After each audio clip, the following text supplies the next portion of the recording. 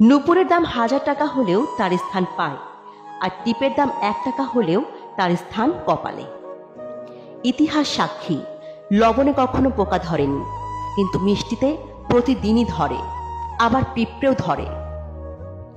মানুষ সোজা পথে চলতে চায় না, বাঁকা পথে আগ্রহ বেশি। তাই তো মদ বিক্রেতাকে কোথাও যেতে হয় না, কিন্তু দুধ বিক্রেতাকে বাজারে দাঁড়ে দাঁড়ে খুঁড়তে হয়।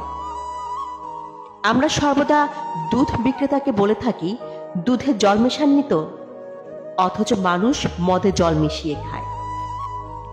আজ অবধি মানুষকে এতটুকুই চিনলাম, জানোয়ার বললে ক্ষেপে যায়, অথচ বাঘের বাচ্চা বললে খুশি হয়। দুটোই কিন্তু পশুরই বাচ্চা।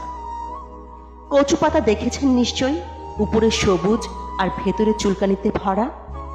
ঠিক তেমনি কিছু মানুষ আছে, বাইরে থেকে দেখতে ভীষণ সুন্দর আর পরিপাটি, কিন্তু ভেতরটা আবর্জনায় ভরা। সাপ দুধ খেয়েও বিষ উগড়ে দেয়, আর গরু ঘাস খেয়েও দুধ দেয়। সুতরাং দোষটা খাবারের নয়, পার্থক্যটা স্বভাবের। নিজের যোগ্যতা নিয়ে কখনো অহংকার করবেন না। মনে রাখবেন, পাথর কিন্তু তার নিজের ওজনের জন্যই জলে ডুবে যায়। কি আজব এই দুনিয়া জানেন? যার চোখে ঘুম আছে তার কাছে ভালো বিছানা নেই,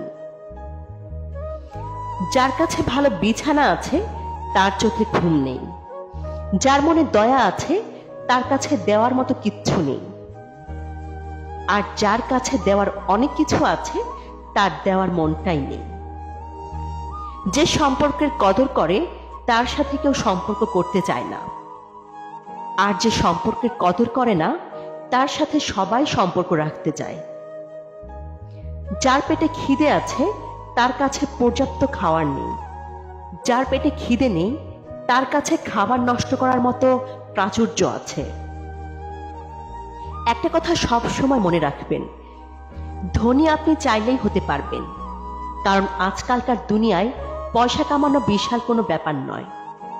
কিন্তু চাইলেই ভদ্রলোক হওয়া যায় না, কারণ ভদ্রতা পারিবারিক শিক্ষা থেকে আসে। সেটা সবার নাও থাকতে পারে, তাই পারলে ভদ্রলোক হওয়ার চেষ্টাটা সবার আগে করবেন।